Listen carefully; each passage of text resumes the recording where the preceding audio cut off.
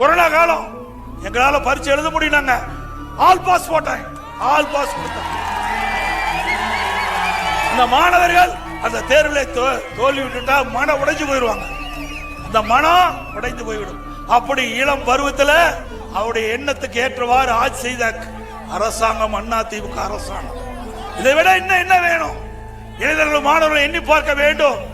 உங்களுடைய வாழ்வு ஏற்றம் வர அதிமுக ஆட்சி படிக்கட்டா இருந்தது. இளைஞர்கள் மாணவர்கள் ஏற்றம் பெறுவதற்கு எண்ணற்ற திட்டம். நான் சொன்னது அத்தனையுமே இந்த மாணவர்களுக்காக கொண்டு வந்த திட்டம். இன்னைக்கு இளைஞர்களை எண்ணி பார்க்க வேண்டும், மாணவர்கள் எண்ணி பார்க்க வேண்டும். பொன்மனச்செம்மல் புரட்சி தலைவர் எம்ஜிஆர் வாரிசு இல்ல, குழந்தை இல்ல அவருக்கு. மாண்புமிகு புரட்சி தலைவர் அம்மா வாரிசு இல்ல, அவருக்கு குழந்தைகள் இல்ல. இருவரும் தலைவர்களுக்கு நாம் தாம் குழந்தைகளாக பார்த்தார்.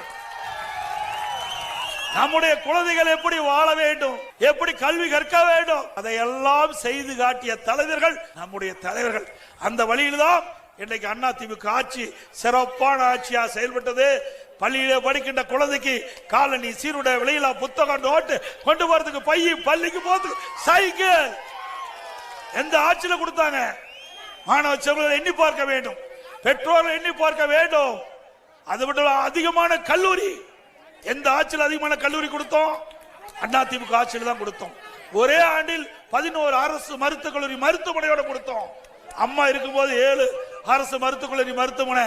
அதிமுக ஆட்சியில் 2011 2021 வரைக்கும் 17 அரசு மருத்துவக் கல்லூரி மருத்துவமனை, 7 சட்டக்கல்லூரி, 21 பாலிடெக்னிக் கல்லூரி, பொறியியல் கல்லூரி, வேளாண்மை கல்லூரி, கால்நடை மருத்துவக் கல்லூரி, ஆராய்ச்சி நிலையம், கால்நடை பூங்கா, ஐடி கல்லூரி, இப்படி ஏராளமான கல்லூரி திறந்த விளைவு கிராமத்திலிருந்து நகர வரை ஏழை எளிய ஒடுக்கப்பட்ட நசுக்கப்பட்ட தாழ்த்தப்பட்ட கடை கோட்டில இருக்கின்ற குடும்பத்தில் பிறந்த மாணவ மாணவி பட்ட படிப்பு படிச்சாங்க.